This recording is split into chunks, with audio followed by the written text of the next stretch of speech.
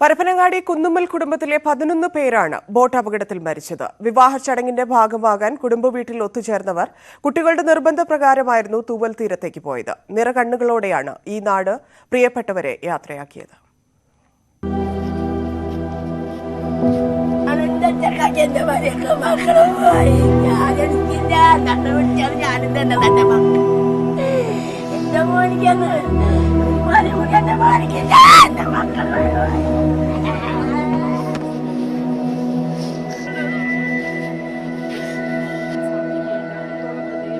എല്ലാം പോയി. എൻ്റെ കുട്ടികൾ 5 മണിക്ക് ഇവിടുന്ന് പോയതാണ്. ഓരോടി അയക്കൂല, എൻ്റെ ആൺകുട്ടികളോടി അയക്കൂല. പൂതി പറഞ്ഞു എൻ്റെ കുട്ടികളെ അയച്ചതാണ് 5 മണി. ഇവിടെ ഇരിക്കുമ്പോൾ ഞങ്ങളിപ്പം വരുമെന്നും പറഞ്ഞു അവർ പോയതാണ് മോളെ. പിന്നെ കേൾക്കുന്നത് ആംബുലൻസിൽ കൊണ്ടുപോണ്ട ഞാൻ കേട്ട്. ഞാനൊന്നും അറിയൂല.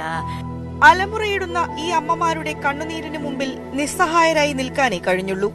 താനൂർ ബോട്ടപകടം കുന്നുമ്മൽ കുടുംബത്തിന് നൽകിയ നഷ്ടം വാക്കുകൾക്ക് അതീതം.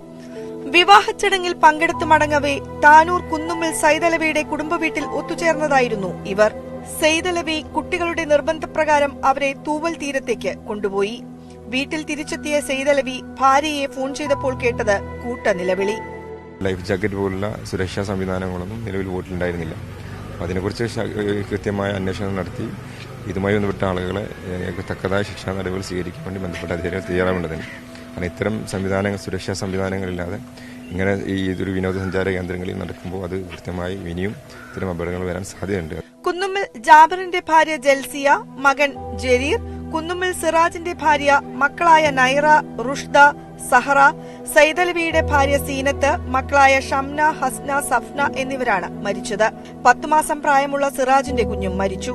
പുതിയ വീടെന്ന സ്വപ്നം ബാക്കിയാക്കിയാണ് ഇവരുടെ മടക്കം.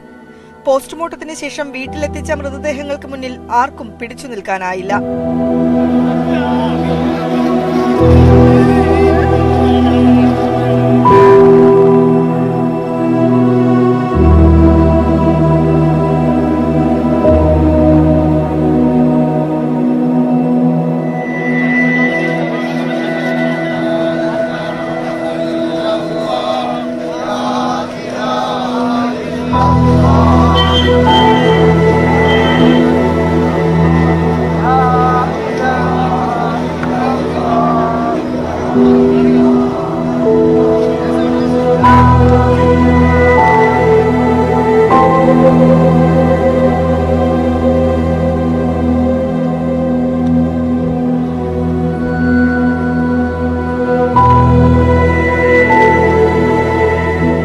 പ്രാർത്ഥനകൾക്ക് ശേഷം അരയൻ കടപ്പുറം ജുമാ മസ്ജിദിലെ ഖബർസ്ഥാനിൽ ഇനി ഒരുമിച്ച് അന്ത്യവിശ്രമം.